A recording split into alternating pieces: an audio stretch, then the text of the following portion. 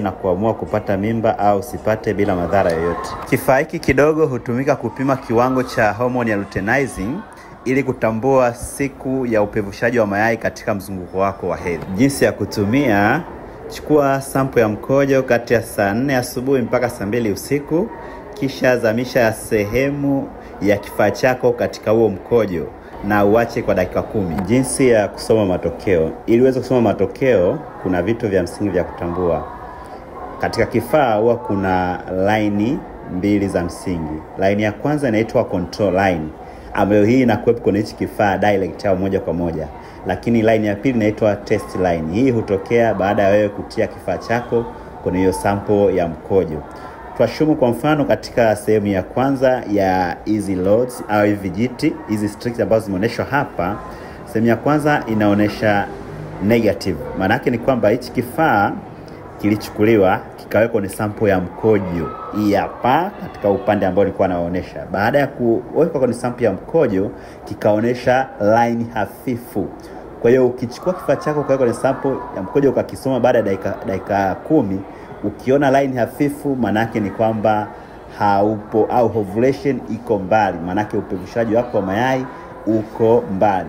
Au ukaona kabisa hakisomi kabisa, hakionyeshi line ya pili, maana yake ovulation iko mbali. Kwa hiyo endelea kuenjoy. Sehemu ya pili ni ile ambayo inaonyesha matokeo ni positive. Maana yake ni kwamba ukichukua kifaa chako na ukakitia katika hii sample ya mkojo kama inavyoonekana hapa, kisha ukaona line mbili zote zinang'aa, control line na test line zote zikang'aa kama inavyoonekana hapa, maana yake ni kwamba unakaribia kuingia katika ovulation au upevushaji wa mayai ndani ya masaa 24 hadi 36. Lakini pia line ya pili inaweza ikawa inaonekana zaidi kuliko line ile ya control line.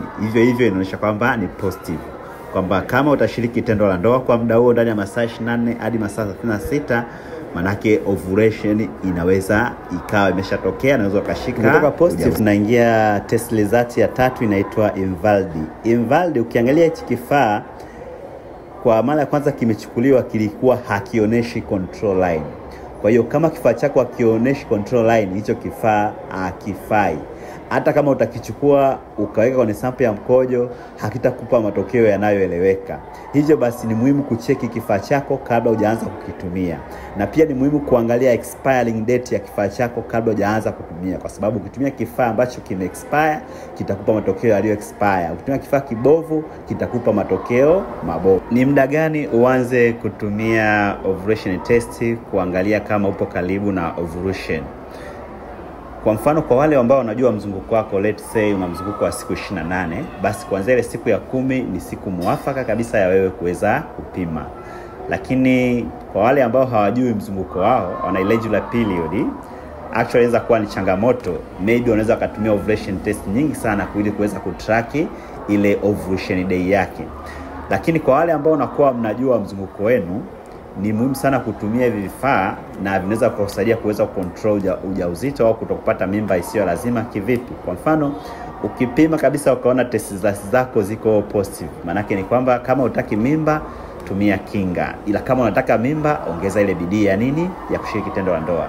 Na ikitokea umepima ukaona test result ziko nini, ziko negative, maana yake ni kwamba hata ukishiriki tendo la ndoa manake hauwezi kupata mimba usizozitarajia. Kwa hiyo ni namna rahisi sana ya kuweza kutumia kifaa hiki katika kucontrol swala lazima la kupata mimba. Kwa yule ambaye hajaelewa, unaruhusiwa kupiga simu kuuliza swali ukapata maelezo ya ziada. Kwa wewe ambao umeelewa, basi tumia njia kwa manufaa yako. Ila kama una changamoto za uzazi, vurugiko wa homoni, pia unaweza ukapata msaada zaidi.